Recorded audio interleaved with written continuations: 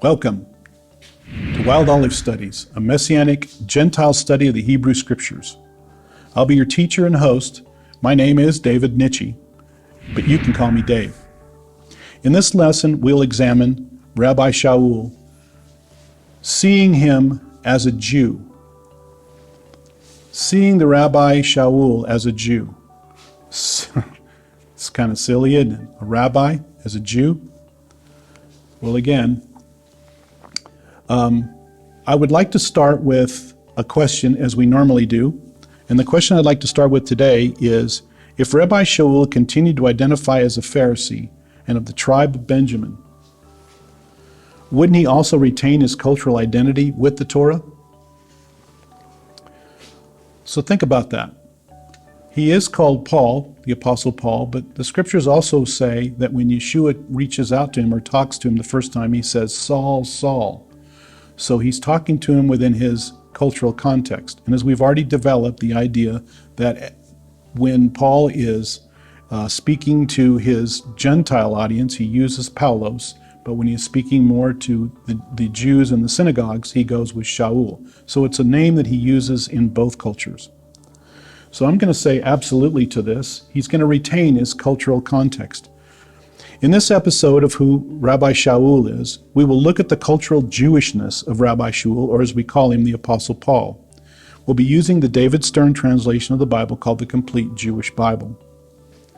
After Rabbi Shaul's encounter with the living Torah on the Damascus Road, Shaul needs time to process, regroup, and hear more about the Messiah's command to take God's message of redemption to the Gentiles. According to his letter to the assembly of Galatia, he writes, if you'll turn to Galatians 1 with me, we're going to read Galatians 1:17. Galatians 1:17. Galatians 1:17 says, I did not go up to Jerusalem to see those who were emissaries before me. Instead, I immediately went off to Arabia and afterwards returned to Damascus. The words that Stephen spoke before his death could not have been a coincidence. In Acts 7:37 through 38, we see, this is Moshe, who said to the people of Israel, God will raise up a prophet like me from among your brothers. This is the man who was in the assembly in the wilderness, accompanied by the angel that had spoken to him at Mount Sinai and by our fathers, the man who was given living words to pass on to us. Could the Spirit through Stephen be speaking about him, Rabbi Shaul? Could the Spirit speak through him to the nations like he did through Moses? Was he that man? He had to know. Was he the one? So down he went to Arabia, where the Father gave instructions to Moses and his chosen people. When he does return from Arabia, Shaul says the first place he goes is to Jerusalem. Back to Galatians 1, verses 18 through 24. Galatians 1, 18 through 24. Now until 3 years later did I go up to Jerusalem to make Kepha's acquaintance, that's Peter, and I stayed with him for 2 weeks. But I did not see any of the other emissaries, the apostles, except Yaakov, or James, the Lord's brother, concerning these matters. I am writing you about, I declare before God that I am not lying. Next I went to Syria and Cilicia, but in Yehuda, or in Judah, the Messianic congregations didn't even know what I looked like. They were only hearing the report, the one who used to persecute us now preaches the good news of the faith he was formerly out to destroy. And they praise God for me. Galatians 1:18 through 24. Now I want us to reflect on Shaul's words here. He has just spent 3 years on the backside of the desert, 3 years in the wilderness. Some say he's been in Petra, a familiar place for people who are wanting refuge, or people who are wanting to hide, hoping for the world to forget about them. Some say he's gone to Mount Sinai, where Moses received his mission, calling, and the instructions for leading the chosen people to the land. You would think that if he had some enormous earth-shattering revelation like, the Torah has been done away with, or that it was nailed to the cross with Jesus, or it was fulfilled in Jesus, so that it has been rendered ineffectual, you'd think it would be pretty high on the list to bring up right about now, especially with the emissaries, the apostles. And you'd think there'd be maybe a little bit of discussion about it, and maybe something brought up in our in the book of Galatians. But no, after some more time, 14 years later, he says in Galatians 2:1, he goes up in obedience to the revelation. He continues. We're in Galatians 2 now. Galatians 2:1 and 2.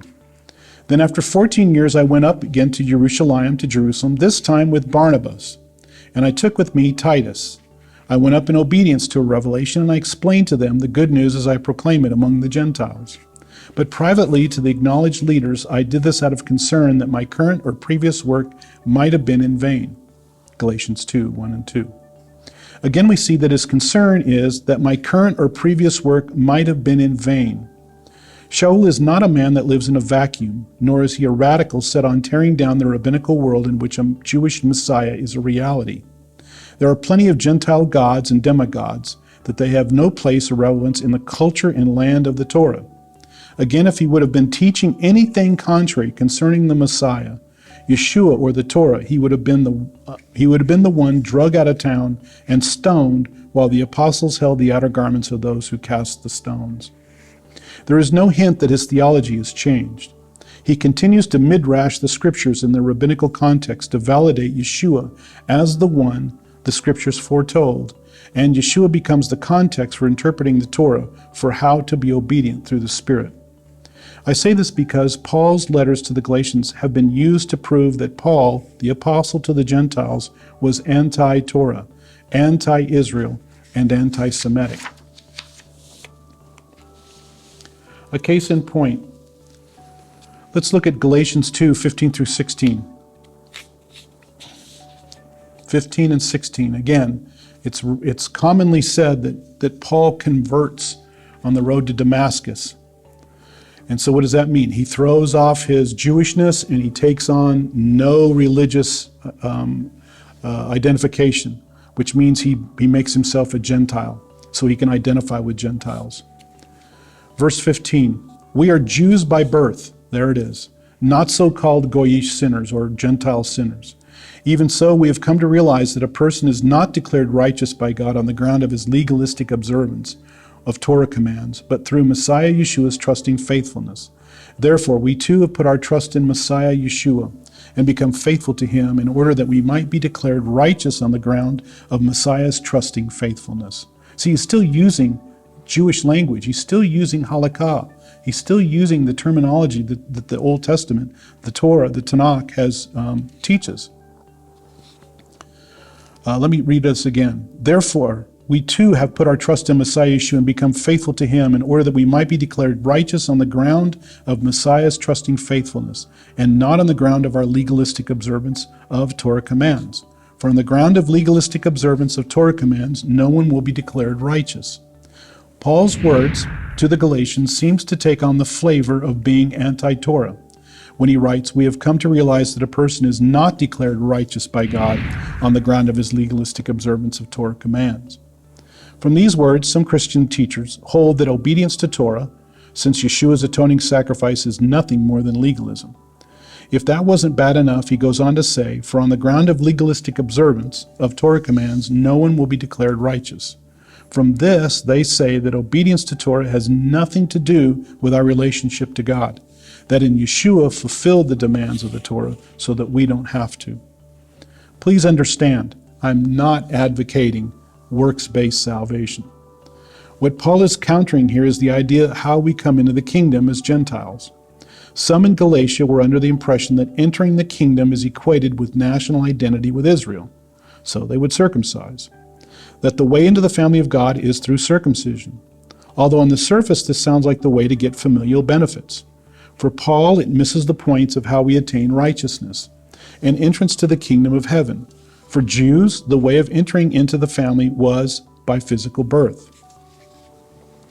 Let's go to Isaiah 60. Isaiah 60, verse 21. Very interesting passage. All your people will be Tzaddikim. In other words, they will be righteous ones. All your people will be righteous ones. They will inherit the land forever. There will be a branch I planted, my handiwork in which I take pride. The term Tzaddikim is the Hebrew term for righteous ones. So in essence, the verse is saying that the children born to the 12 tribes are considered righteous by God the Father. and will have a share in the world to come. In other words, God declares that they're righteous. They aren't righteous of their own ability. They are considered as branches on the Father's olive tree, which he has planted. They are his handiwork, and they shall receive the care of the gardener to sustain and nurture them. For this to be true, however, Paul teaches that just as Abraham was counted righteous, so will his children be counted righteous if they believe the promise. Let's go to Genesis 15:6. Genesis 15:6. He believed in Adonai, and he credited it to him as righteousness. For Paul, faith leads to works. Paul's elaboration on his crediting his worked out in Romans 4. So he quotes this in Romans 4. Again, he's not abandoned the Torah. He is not unhitched from the Torah. He is entrenched in the Torah. And that's how he teaches how to walk as a follower of the Messiah. Romans 4:22 through 25. This is why it was credited to his account as righteousness. But the words, it was credited to his account, were not written for him only. They were written also for us, who will certainly have our account credited too, because we have trusted in him who raised Yeshua our Lord from the dead. Romans 4:22 through 25. How do you know what righteousness is unless you study the Old Testament? There's no definition in the New Testament. So I adjure you, I encourage you, study about righteousness, study about holiness, study about these concepts that are only found in the Older Testament, in the Tanakh and the Torah.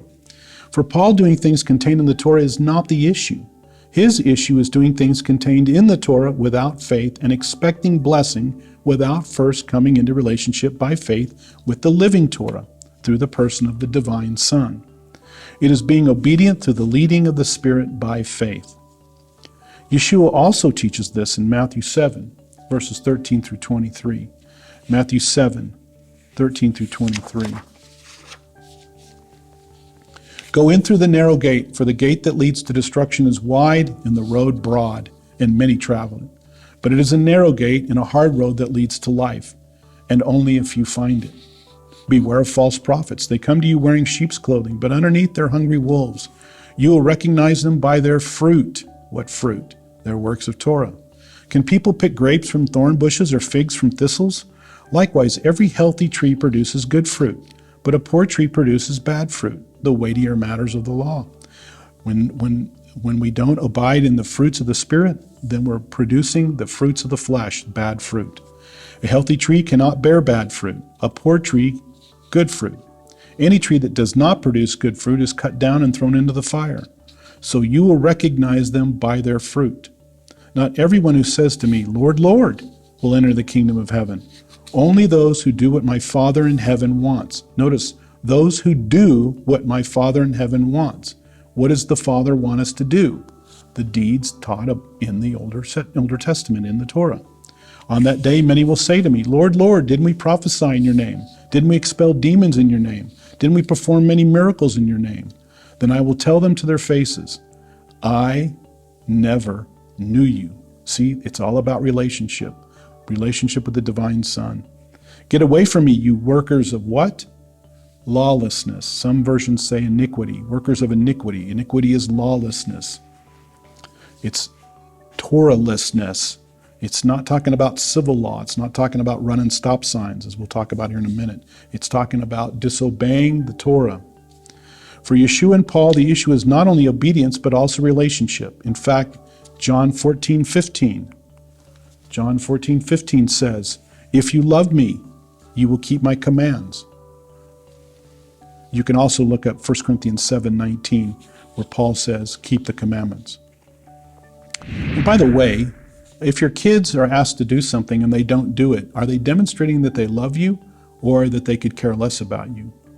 As a child, we want the approval of our parents. And the way we show that, we demonstrate that we love them back, is we do what they ask us to do. Let's go to Ephesians 2:8 and 10. This is the passage that helps us define or understand the relationship between works and faith. Ephesians 2:8 through 10. For you have been delivered by grace through trusting, and even this is not your own accomplishment, but God's gift. You were not delivered by your own actions. Therefore, no one should boast. See, there we go. This would be God, you owe me salvation because I've done this, this, and this. And that's what Paul's teaching against. For we are God's making, created in union with Messiah, Yeshua, for a life of good actions, already prepared by God for us to do. See, that's why you're saved, is so that you'll do good things. And what things are good? Those things that are defined for us in the Torah. That was Ephesians 2:10. Here he says that we are not delivered, saved, redeemed by anything we could do, but since we are saved for a life of good works, our obedience to Torah. Obedience to Torah is not something we do to get saved. It is what we do because we are saved, because we trust him. I don't stop at a stop sign to earn a driver's license. I believe the state wants me to have a driver's license, and to get it, I learned that I am required to go through the state to get it. I stop at a stop sign because it's the law, and if I don't, there will be consequences. I don't worry I will be kicked out of the state because I missed stopping at a stop sign. I'm aware, though, I may leave this earth if someone else is in that intersection, and this concept gives me a healthy fear to stop before the white line. And back to the message of our session today. If Paul, the Rabbi Shaul, would have become convinced that the Torah was done away with, there would be no passages written by Luke to the contrary. He recounts this very accusation in 3 places concerning Rabbi Shaul. Let's go and look at those real quick. Let's go to Acts 23:6. Acts 23:6. Shaul looked straight at them, verse 6, and said, "Brothers, I have been discharging my obligations to God." He calls his Torah observant obligations to God with a perfectly clear conscience right up until today. That's Acts 23:6. So he says he's been Torah observant. And this is later on in Acts. This isn't the beginning of Acts. Let's go now to Acts 25. Acts 25, verse 8. In reply, Shaul said, "I have committed no offense, not against the Torah to which the Jews hold." See, he's not breaking the Torah. He's not teaching to break the Torah. He says, not against the temple, not even against the emperor. He wasn't teaching anybody to be anti-law or anti-Torah. He wasn't teaching anybody to be disobedient, which he had been accused of. And let's go to Acts 26. We'll start reading in the middle of verse 3, read to 5. Therefore, I beg you to listen to me patiently. That's Paul's message to us today. He's begging us to listen to him patiently. So then, all Jews know how I lived my life from my youth on, both in my own country, where is that? Cilicia, in Tarsus. And in Jerusalem, they have known me for a long time, and they are willing, they can testify that I have followed the strictest party in our religion, the Pharisees. That is, I have lived as a Parush, or as a Pharisee.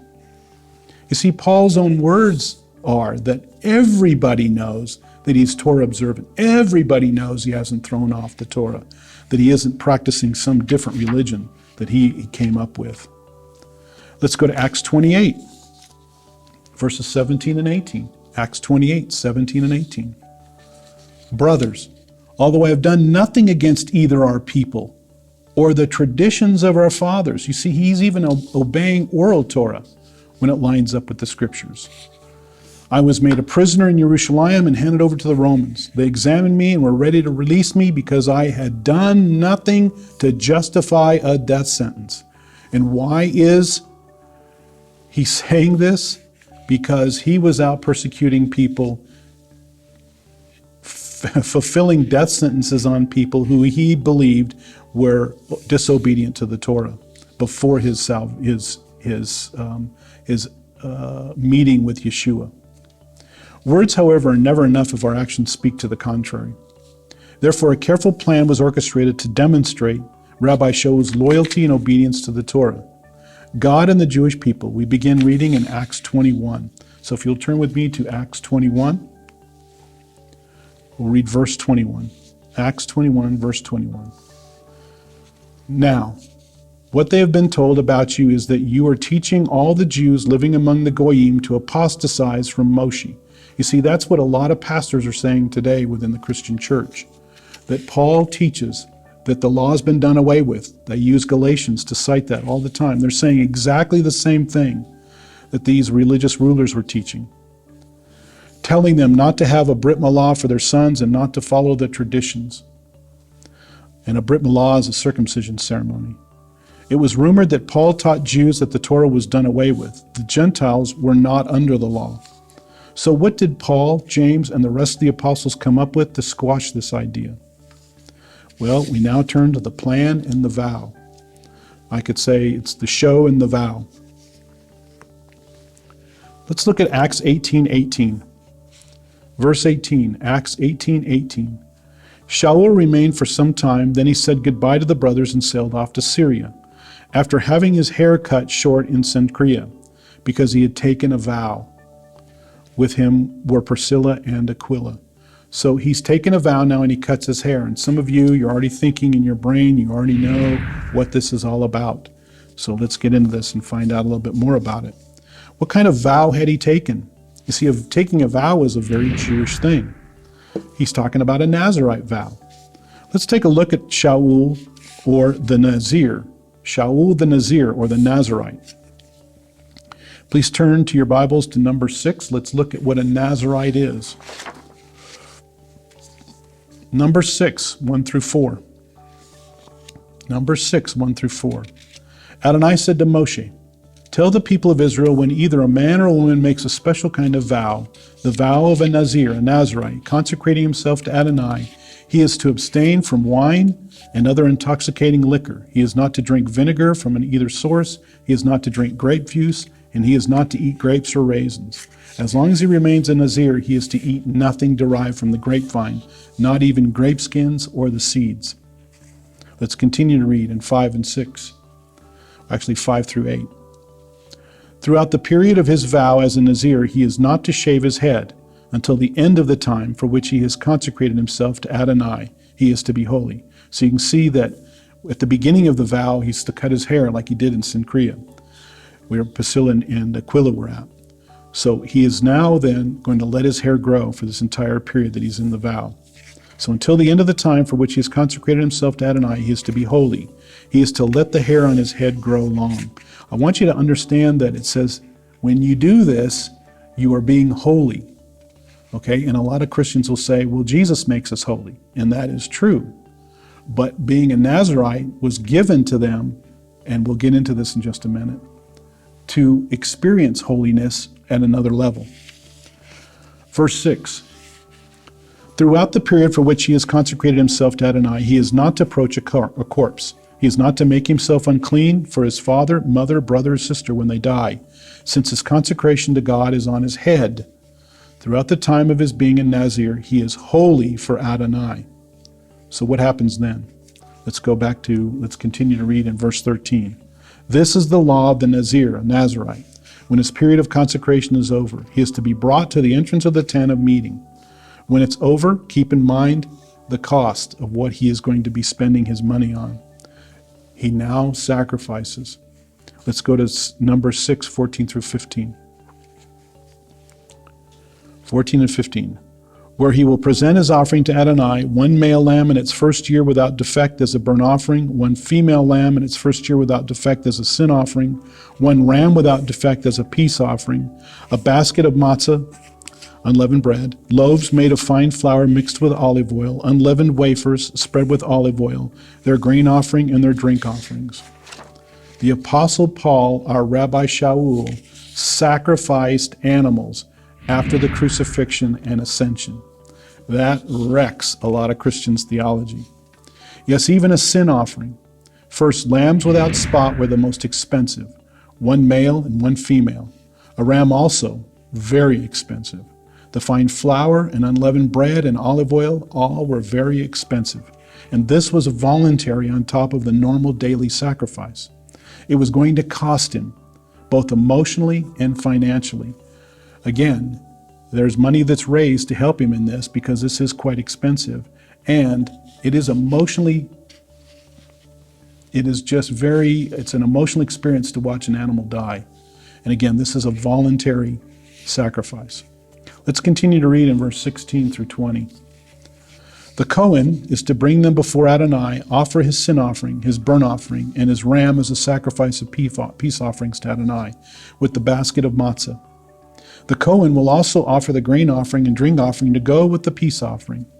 The Nazir will shave his consecrated head at the entrance to the tent of meeting, take the hair removed from his consecrated head, put it on the fire under the sacrifice of the peace offerings.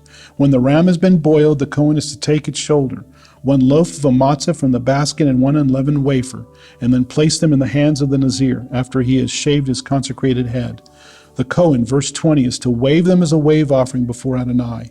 This is set aside for the Cohen along with the breast for waving and the raised up thigh. Following that, the Nazir may drink wine. This is exactly what Paul does. If he hadn't, he would have been criticized again and punished. All this to prove he is not against the Torah. But this wasn't all that he would do. He took on the responsibility, the act of charity to help others complete the same vow. Let's go to Acts 21, verse 23 and 24. Acts 21, 23 and 24. So do what they tell you. We have 4 men who are under a vow. Take them with you, be purified with them, and pay the expenses connected with having their heads shaved. Then everyone will know that there is nothing to these rumors which they have heard about you, but that, on the contrary, you yourself stay in line and keep the Torah. Here were 4 Jewish believers along with Paul that he must pay for under the direction of the apostles doing sacrifices in the temple, proving that he still followed Torah. Under the direction of James and the apostles, this proved the rumors false and that Paul still followed Torah. The interesting thing is that Paul had already written the book of Galatians 7 years earlier. That's something to consider. Let's look at Galatians 2, verse 11 through 13. Furthermore, when Kepha came to Antioch, I opposed him publicly because he was clearly in the wrong. For prior to the arrival of certain people from the community, headed by Jacob, or James, we call him James, he had been eating with the Gentile believers, but when they came, he withdrew and separated himself because he was afraid of the faction who favored circumcising Gentile believers. And the other Jewish believers became hypocrites along with him, so that even Barnabas was led astray by their hypocrisy. So knowing that Galatians was written first, do you think Paul's going to be a hypocrite? Or he's going to practice what he preaches? Do you think that Paul meant what he did, that is the vow? Of course he did. Was he doing it to earn righteousness with God? Of course not. Paul understands that taking a Nazirite vow in essence raised his level of holiness to that of a Levite. He was already counted righteous through faith in Yeshua. The vow then provided the unique opportunity to experience another level of set-apartness to God. I believe it was also a way to demonstrate to God and his brethren that he is a changed man, someone who takes obedience to God seriously. Paul kept Torah. He was not a hypocrite, as he just accused Peter. Torah observation is in his nature. It is his obligation. He is righteous through Yeshua. His works demonstrate his holiness. Because of Yeshua, he has special status with God. Now he lives his life in obedience and loyalty to that credited position. Well, back to Galatians. Written to the Gentiles of Galatia who are not familiar with the Torah. I'd like to revisit Galatians 4. Galatians 4, 8 through 11. Galatians 4, 8 through 11. Howbeit then, when you knew not God, you did service unto them, by which nature are no gods. But now after that you have known God, or rather are known of God, how turn ye again to the weak and beggarly elements, whereto you desire again to be in bondage?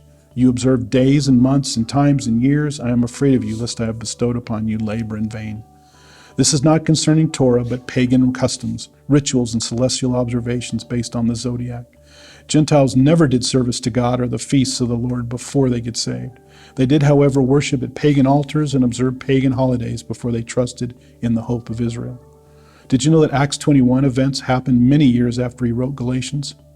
So to take the passage and apply it to the Torah, think that it meant that Rabbi Shaul did away with the Torah, or God's instructions, then Paul's a liar. For us to misunderstand that these texts refer to anything Jewish, and here 7 years later Paul is doing very Jewish things, means we view him as either a very big hypocrite or we have really misunderstood his text. Well, our time is way over, so be with us next time when we explore more of who is Rabbi Shaul. Until then, shalom.